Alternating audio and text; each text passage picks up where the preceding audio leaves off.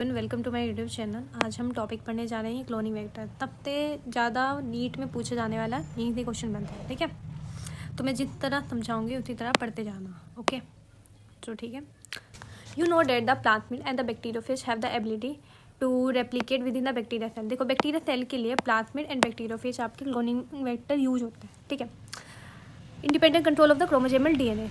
हाँ, बैक्टीरियोफेज का जो हाई कॉपी नंबर होता है as compare to your plasmid, तो वेरी हाई कॉपी नंबर होगा तो ज़्यादा क्लोनिंग हो पाएगी, है ना, कम समय में। सम प्लाज्मिड हैव ओनली 1 और 2 कॉपी पड़ता है, वेयरएज अदर में हैव 15 to 100 कॉपीज पड़ता है। कुछ प्लाज्मिड में तो इतनी कम कॉपीज होते हैं, कुछ में इतनी ज़्यादा कॉपीज देखने को मिलते हैं। Their number can even higher, ज़्यादा भी हो सकता है भाई। If we are able to link the alien piece of DNA with the bacteriophage और the plasmid DNA, we can multiply it number equal to the copy number of the plasmid और bacteriophage. हाँ भाई, जब हम अपना alien piece of DNA plasmid vector या bacteriophage vector से link करेंगे तो जितना इनका कॉपी नंबर होगा उतना ही हमारा जो डिजायर जीन ऑफ इंटरेस्ट है उसका भी कॉपी नंबर होगा, है ना।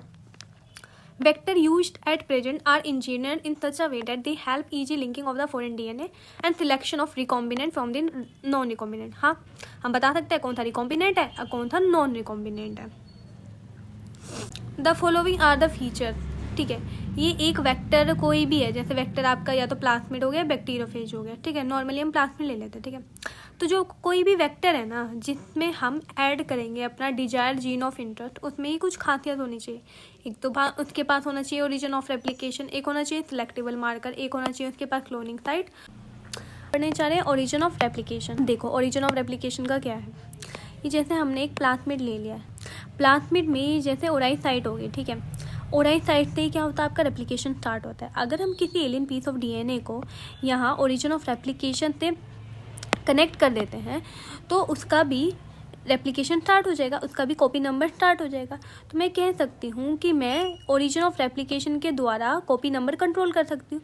जिस प्लाज्मिड की ज़्यादा ओराई होगी वो ज़्यादा कॉपी आ पाएगा और ज़्यादा हमारे एलियन पीस ऑफ डीएनए का भी कॉपी नंबर मिल पाएगा, है ना।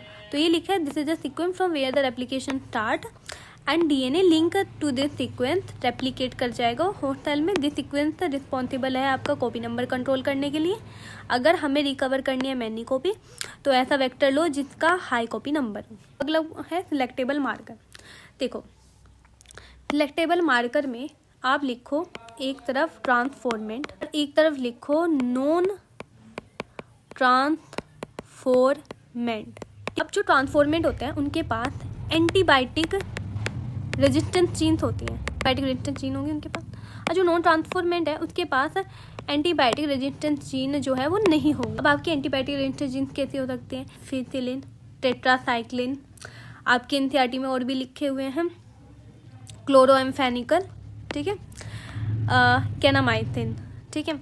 ये आपके एंटीबायोटिक रेजिस्टेंस जीन है। अब ये जो एंटीबायोटिक रेजिस्टेंस जीन है इन्हीं को ही हम कहते हैं सिलेक्टेबल मार्कर, ओके। नॉर्मली जो ई कोलाई होती है उसमें एंटीबायोटिक रेजिस्टेंस जीन नहीं देखने को मिलती, पर जो हमने लैब में बनाया है ना ई कोलाई, ये वाला जो ई कोलाई है ये लैब में क्रिएट करा है हमने, तो इसके पास आपके पास एंटीबायोटिक रेजिस्टेंस जीन होती है, ठीक।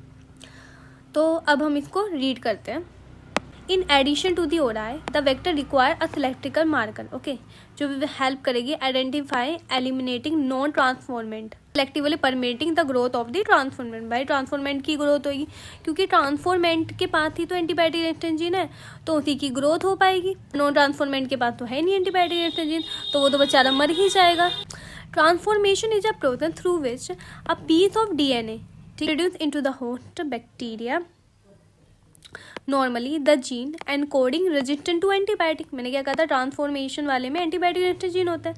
एंटीबायोटिक रेजिस्टेंट जीन मैंने कौन सा बताया था, ampicillin, chloramphenicol, tetracycline, kanamycin. Consider useful selectable marker, इन्हीं को सिलेक्टेबल मार्कर कहते हैं। नॉर्मली कोलाई के पास ये नहीं होती जीन, हमने लैब में बनाया था उसमें होती है। देखो कुछ प्रॉब्लम हुई। अब क्लोनिंग साइट के बारे में भी ऐसे ही पहले पढ़ लेते हैं। क्लोनिंग साइट का दूसरा नाम होता है रिकॉग्नाइजेशन साइट और इन्हीं का ही तीसरा नाम होता है रेस्ट्रिक्शन। अब आपकी क्लोनिंग साइट जैसे होगी, ये BAM-H1 होगी, SAL1 होगी, PHC1, PVU सेकेंड, हिंथर्ड, CLE1, PVU सेकेंड, सारी आपकी होगी क्लोनिंग साइट। इसे कहते हैं रेस्ट्रिक्शन साइट भी, कहते हैं रिकॉग्नाइजेशन साइट भी।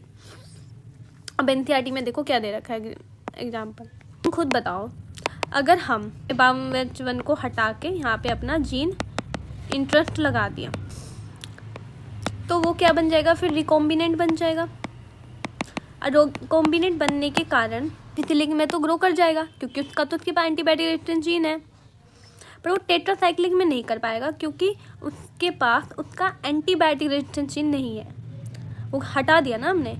जबकि जो नॉन रिकॉम्बिनेंट ट्रांसफॉर्मेंट वाला है उसके पास तो दोनों है ये, तो वो तो दोनों में ग्रो कर जाएगा और ये वाला सिर्फ इस वाले में ग्रो कर पाएगा, है ना। बस एनसीईआरटी में यही दे रखा है। अब पढ़ते हैं हम। In order to link the alien piece of DNA the vector need to have a few और सिंगल। अच्छा, जो क्लोनिंग साइट होती है ना, या तो वो होनी चाहिए सिंगल या होनी चाहिए फ्यू, रेस्ट्रिक्शन एंजाइम का उस पर वर्क करने के लिए। क्योंकि देखो, अगर कम होगी या सिंगल होगी तो रेस्ट्रिक्शन एंजाइम बहुत अच्छे से परफॉर्म कर पाएगा, पर अगर ज़्यादा होगी तो फिर कॉम्प्लिकेट कर देगा ना वो प्रोसेस को। इस वजह से presence of more than one recognisation within a vector generate several fragment which will complicate the process. The ligation of the alien DNA is carried out at the restriction site, by restriction site पे होगी, है ना, in one of the 2 antibiotic gene. For example, अगर हमने foreign DNA को BAM1 पे कर दिया, टेट्रासाइक्लिन वाले PBR322, जो रिकॉम्बिनेंट प्लास्मिड होगा, ये जो recombinant will lose tetracycline resistance. हाँ भाई, ये तो लूज कर देगा क्योंकि इसका ये BAM1 हमने हटा दिया ना। Insertion of foreign DNA but still be selected out from the non recombinant से तो भाई सिलेक्टेड हो जाएगा। क्योंकि कैसे, by plating the transformant on the tetracycline containing medium.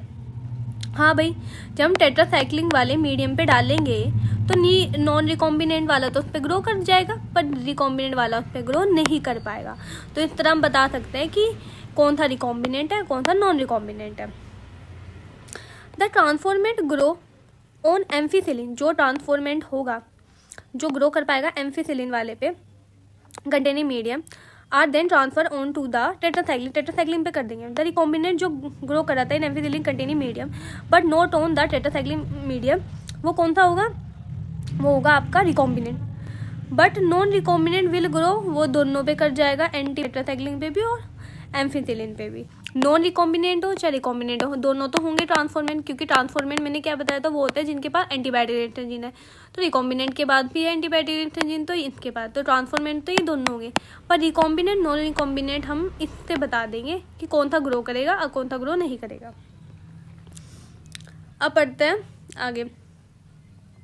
In case one antibiotic resistant gene help in selecting the transformant, the other antibiotic gene get inactivated, दूसरी antibiotic gene inactivated होगी थी ड्यू टू इंसर्शन एक्टिवेशन। भाई क्योंकि हमने alien DNA को add कर दिया था तो इनएक्टिवेट हो गया BAM1 and help in selection of recombinant. ऐसे हमें पता लग गया कौन सा रिकॉम्बिनेंट है, कौन सा नॉन रिकॉम्बिनेंट है। आई होप आपको ये वाला टॉपिक मेरे अच्छे से मैंने समझा दिया होगा। Thank you.